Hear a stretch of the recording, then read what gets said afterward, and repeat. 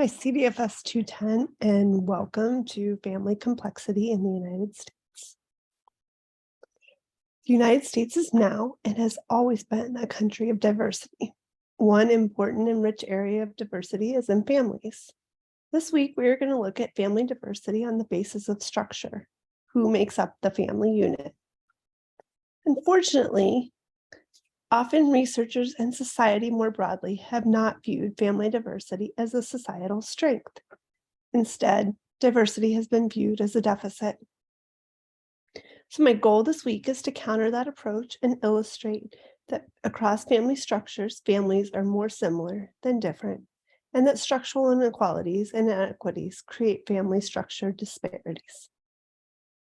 Frequently, we come across the idea that there is a traditional family form in the US, and I say traditional with quotes. There has never been such a thing as a traditional family.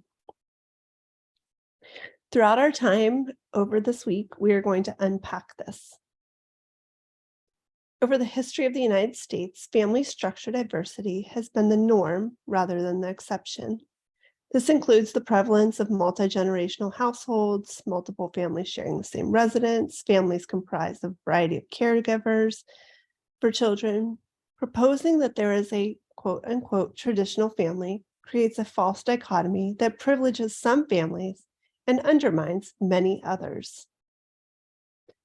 Think about your family and talk to your roommates. My guess is that everyone that you know has a slightly different family structure.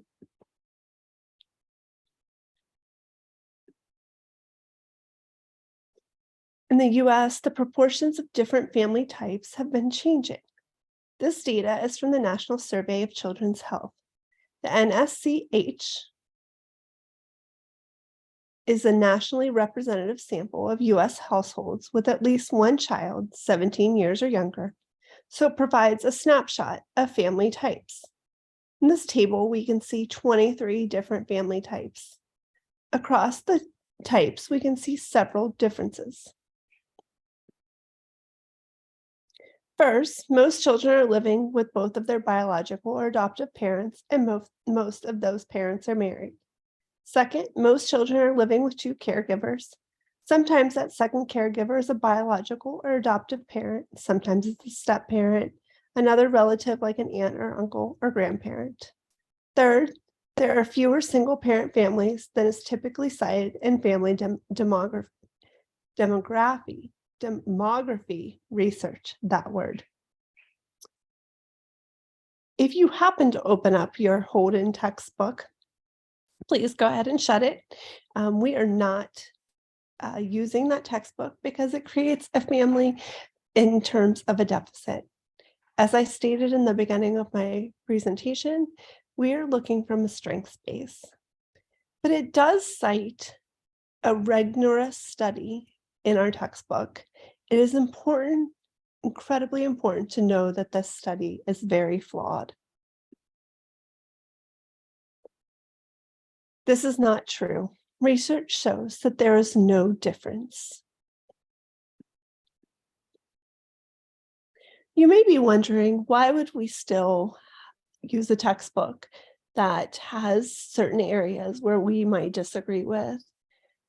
There are many things in our lives that we will encounter and that we will come across that we do not agree with in an entirety. There may be a piece of it, there may be a large portion of it, or there may be all of it.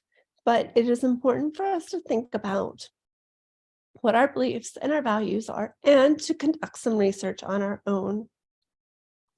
So even though children and parents do well in structurally diverse families, they still do encounter distinct stressors and challenges. Those stressors and challenges can come from a variety of sources, including the way that society stigmatizes structurally diverse families. So if you go into our notes for this week, please take a moment and listen to this podcast and then think about these questions. How does divorce being part of a legal system affect the divorce process?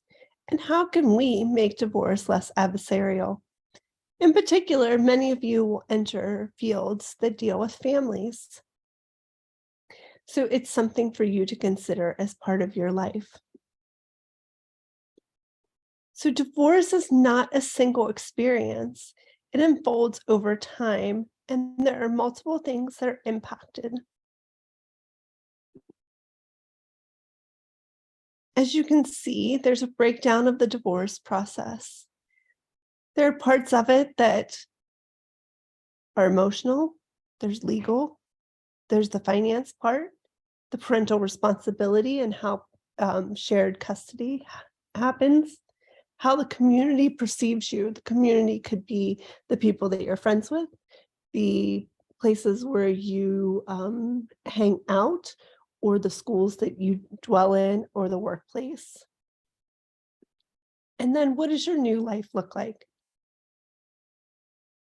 So in particular, when you think about that podcast, family courts make decisions about a lot of these pieces. How does that impact a family? How does that impact a child?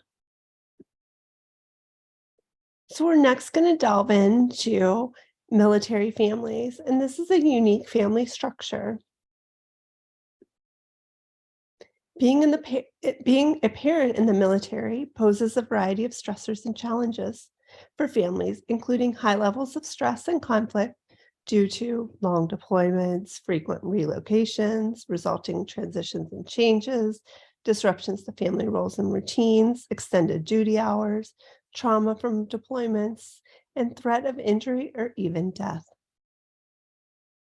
Well, as with divorce, deployment is not just one moment of where a soldier leaves or when they return, but a series of stages for how families experience deployment.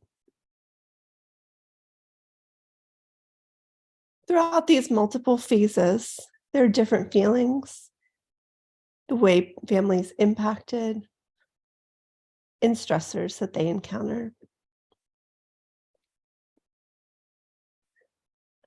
Often in military families, there's an expectation for children to be adaptable.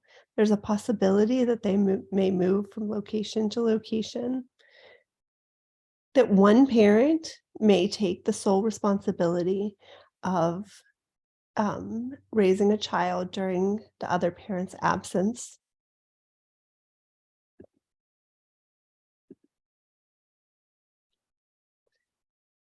Ways that we can support military families are through support groups, pre and post deployment family programs, continuing to provide technology support, but also recognizing that they are unique, that they are individuals, and they come with their own experiences, just as a family with divorce, an adoptive family, an LGBTQ family.